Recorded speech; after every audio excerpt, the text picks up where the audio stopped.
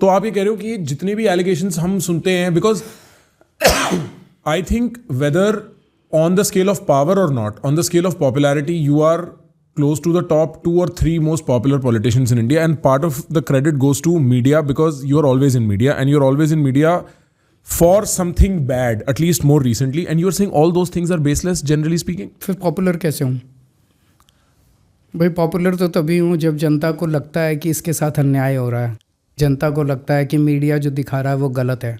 आपने एक बात बोली थी अभी कि ये सब एक थाली के चट्टे बट्टे हैं, to that effect don't you think you joining the India alliance then kind of nullifies this claim? वो नेशनल लेवल पे हम कोई अभी इस टाइम आज की डेट में हम कोई वो नहीं है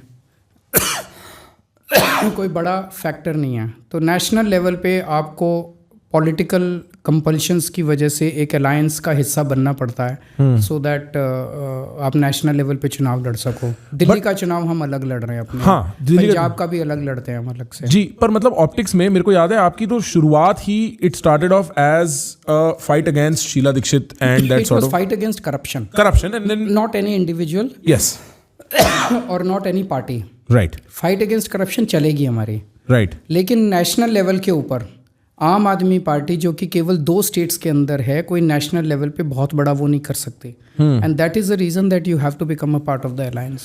and then why not join BJP as an alliance partner? Because I don't think आज की जो बीजेपी है वो अच्छी है। मतलब जिस तरह से कम्युनल है, टॉक्सिक है, मार काट करते हैं, जय वो गाली गलौज करते हैं, गुंडागर्दी करते हैं, I don't like that party.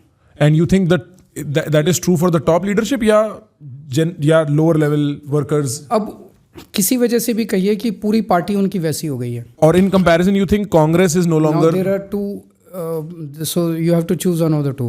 And one of they are secular.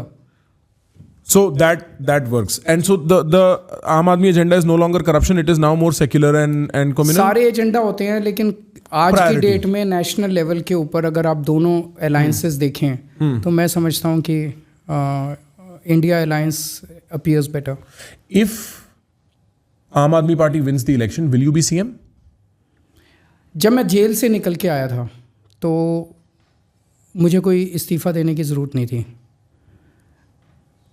मैं कंटिन्यू कर सकता था as a CM. Supreme Court से बेल मिल गई थी, पर मेरी जिम्मेदारी जनता के प्रति है। जनता ने मुझे बहुत प्यार दिया है, बहुत विश्वास किया है, तो मैंने ऐलान किया कि मुझे नहीं पता जनता मेरे बारे में क्या सोचती है। जैसे अभी आपने कहा, has your image taken a beating? Yes.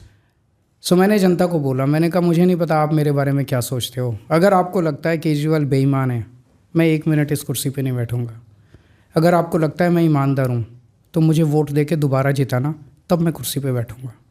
तो अगर अब जनता मुझे वोट दे के दोबारा करती है तब मैं सीएम बनूंगा।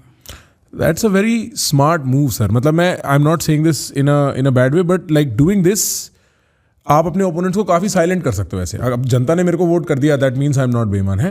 पर मुझे उस टाइम इस्तीफा देने की भी क्या ज़रूरत? But it was purely a moral play, हाँ? मुझे अंदर से लगा, मैंने किया। ठीक है।